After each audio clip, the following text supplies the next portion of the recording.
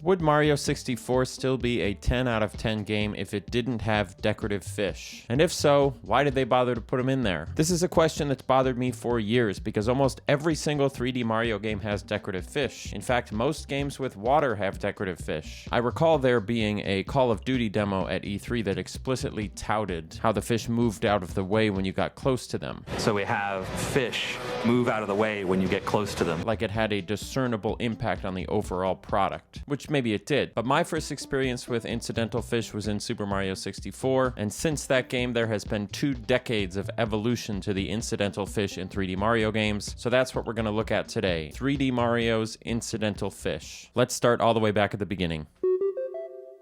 The lineage of incidental fish, of course, goes back to the classic Super Mario 64. What do we notice about these little guys? There are no 2 of them that behave exactly the same. Pick any 2 and follow them. Even the ones that seem like they're doing the same thing eventually will split up. Obviously, they're programmed in some way to behave this way, but so are real fish, aren't they? Another thing that's wonderful about these fish in Super Mario 64 is they follow Mario around. If you go away, like I've done now, you'll notice here they come slowly. And lastly, listen carefully. These fish make noise. Mario 64's fish can also be found in captivity. The castle has an aquarium, and it's exactly the same blue fish with their little blue faces. Very small, little tiny eyeballs, small brains. Now, one thing I'm curious about is, does each fish go the exact same distance in its loop, or is the distance randomized? So let's pick a couple of fish. I'm going to pick this one. It's going left to about that line. And then it goes right to behind Mario's head. Let's see if that ever changes. Every single time on the left, it stops at that line. Boom. But how far to the right it goes can change a little bit each time. So that's fun. Also, gigantic kudos to Princess Peach. This aquarium has a bubbler, an oxygenator. This is very important. If you keep fish, have something that provides oxygen to the water or the fish will suffocate. That's a cool detail that I'd never noticed before. Now you might be asking yourself, do these fish count as incidental? No, you want to know why? This fish kills me when I touch it, which is the same as with the manta ray and the same as with this shark. Ow.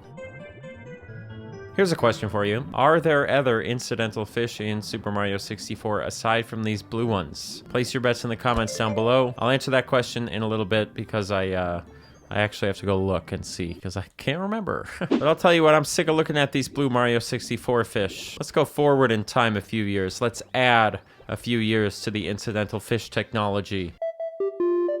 Surely a game set on a tropical island is going to have some ridiculous incidental fish. It's funny, actually, because it turns out it really doesn't. So interestingly, on Delfino Plaza itself, there aren't any incidental fish. You'd think that would be one of the first things they would have done, is put a couple of fish even by this tropical island, but no, they didn't. Maybe that's realistic. Is Venice fishless? I'm not sure. And as a matter of fact, a lot of the places you go here that you'd probably expect to see incidental fish, surprisingly fishless. Check this out. These are the only fish you can find in all of Delfino Plaza. Beautiful golden fish, fully animated, eyeballs and all that. They no longer follow Mario around. They're actually just totally afraid of me, but they can still go through walls, which the other fish also could do. I'm not saying that there are no incidental fish in Mario Sunshine, but there really aren't very many. So if you want to see lots of them, you're going to have to head to the level Serena Beach and swim out a ways to the protected coral reef area, the place where the red coins are. Oh my god, check this out.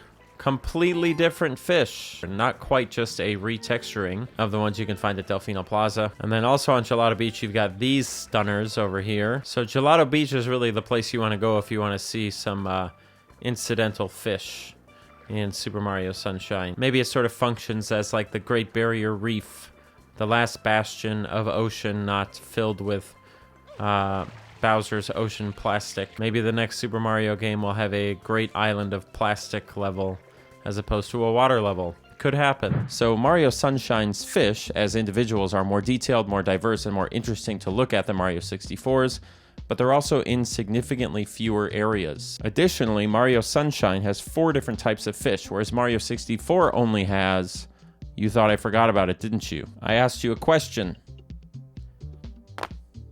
How many types of incidental fish do you think are in Mario 64? Well, if you answered 2, you'd be correct. Now, they do behave exactly the same as the blue ones, swimming towards Mario and then running around in sort of little racetrack patterns. But they look different. Look at their little faces. They're cute. But you know where there's probably more fish than both of these games combined? Outer space. Now, this may look like a beach, but it's actually outer space. And would you look at this? We've got fish. These fish have scales for the first time. We've also got some more exotic-looking fish. They kind of remind me of the ones from Super Mario Sunshine. Because we got these red fish, we got the exotic fish, we got the blue fish. All we're missing is like those orange fish. But no doubt, anyone who can see those scales can see these incidental fish are a pretty dramatic upgrade over the ones in Mario Sunshine. In terms of behavior, they move around a little bit more. They don't seem to have a home base, but they do largely avoid Mario. They don't seem to have an interest. So rather than like a set home, they seem to have a set path that they return to. And if Mario gets too close to them, they will scatter to the wind, as you can see, but they eventually return and continue swimming. Now on the Seaslide Galaxy here, there are more incidental fish. They just follow the path of the whole course. This level is just like one giant water snake thing, and the fish follow all of it. They just go in one gigantic loop. The only exciting thing here is that if you get lucky, you'll actually see two species of fish intermingling, which, you know, by my standards, pretty thrilling. Will Nintendo's hardware technology ever get good enough that the fish don't swim through the walls? Well, everyone knows that the Wii was just two GameCubes duct taped together, but maybe if we jump to Nintendo's first HD console, we'll see a significant improvement in that regard. You know, I'm not sure if I'm going to be able to check that water for fish. So yeah, Mario 3D World isn't really open world in a way that makes sense for there to be incidental fish.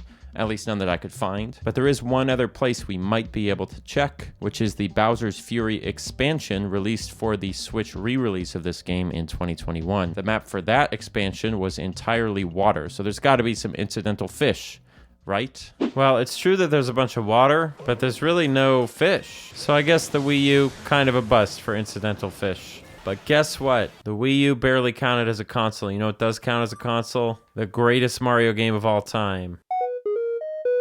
Now, I'll be honest, there was part of me that was worried that Nintendo has gotten so obsessed with putting extra details and interactivity into everything that Mario Odyssey would not have incidental fish. Lo and behold, they are barely a thing. The texture work, still pretty good on these guys, but the way they behave is actually, in some ways, even less sophisticated than what we had in Super Mario 64. Down here, we have an exceptional situation of incidental fish. Look at this, my god. There's so many of them and they're so chaotic, it's actually hard to discern if they even persist in their own right. If we followed one fish, it almost looks like a lot of them kind of disappear into nothingness. Mario Odyssey, as you can see, goes for large fish school effects rather than individual fish with souls, minds, and bodies. These are some stunning rainbow fish on the Lake Kingdom, and just like the ones on the Seaside Kingdom, they also disappear into nothingness. You know, individuality is not really as important as quantity and effect as far as Super Mario Odyssey is concerned. Where Mario 64 had frivolous and incidental fish in small quantities, where Mario Sunshine and Galaxy took the time to craft each fish as though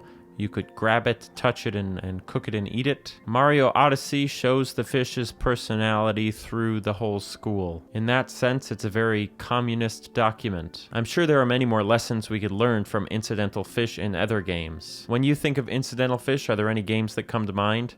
Post them in the comments. I would love to check them out. I'm Annie Austin. Thanks for watching.